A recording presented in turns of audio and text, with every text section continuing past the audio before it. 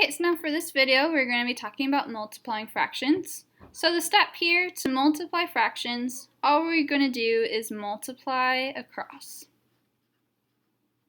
Just multiply straight across. So looking at this first one, I'm just going to multiply straight across. So I'll have 1 times 3 over 4 times 5. Well, 1 times 3 is just 3. 4 times 5 is just 20. Now I'm going to look at this. Can this be reduced? Well, 3 can't go into 20. There's no other numbers that can go into both, so I'm good. Okay, now we look at this next one, and immediately I see I have larger numbers. So my first step when I see this is I'm going to look and see if any of this can be reduced. So first looking at this 6 over 36, I think to myself, what can go into it? Well, I do know that 6 does in fact actually go into 36. So I'm going to go ahead and divide both of these by 6. And then I'm going to look at the 9 over 30 and do the same thing. And so I think to myself, what can go into both 9 and 30? Well, going through all my numbers, I know 1 goes into 9, 3, and 9 also goes in there. Well, 9 doesn't go into 30, so I can't divide both of those by 9, but 3 does.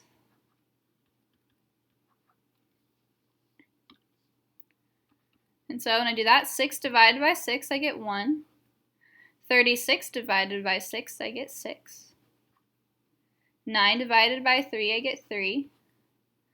30 divided by 3, I get 10. And now it's a lot simpler. I have smaller numbers. And all I'm going to do is multiply straight across. So I have 1 times 3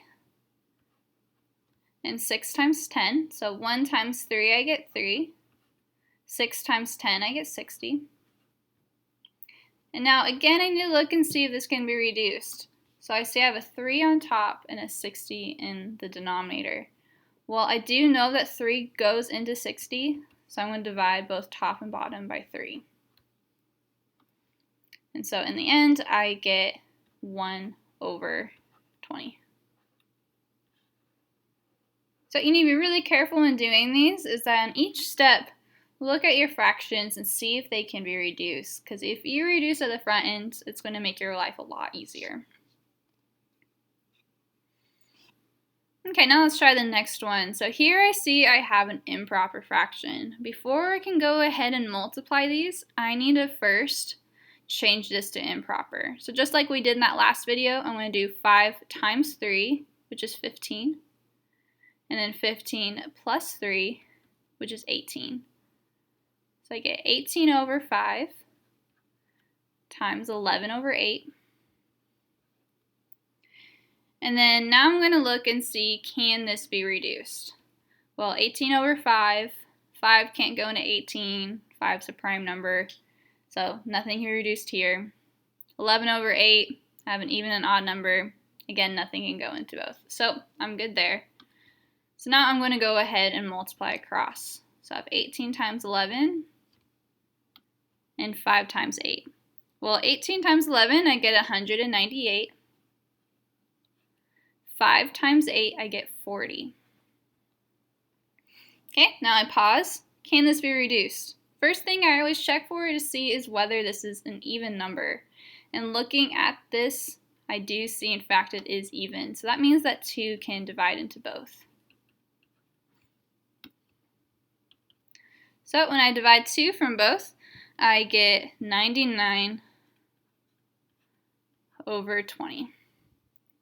Now I have an even and odd, so 2 can't go into both. 3 can't go into 20, and so on. So I see this is all the way reduced. Okay, now go ahead and pause the video and try that last one on your own. Okay, so for this last problem, you should have gotten 1 over 28. So you may notice here I did something a little bit different just to show you another method that you can use. So here I went ahead and left those numbers up on top. I just put all this in one fraction. And now I'm comparing all 4 of these numbers to see what can be reduced from top and bottom. And so something I noticed is that 7 and 49 both share a factor of 7. So I went ahead and divided 7 from both. And that's how I got this 1/7. And then that next step, I also noticed that 9 can go into both 9 and 36. And so that's when I divided both top and bottom by 9. And that's how I got this 1/4. And so then that last step, I just did 7 times 4, and I got 28.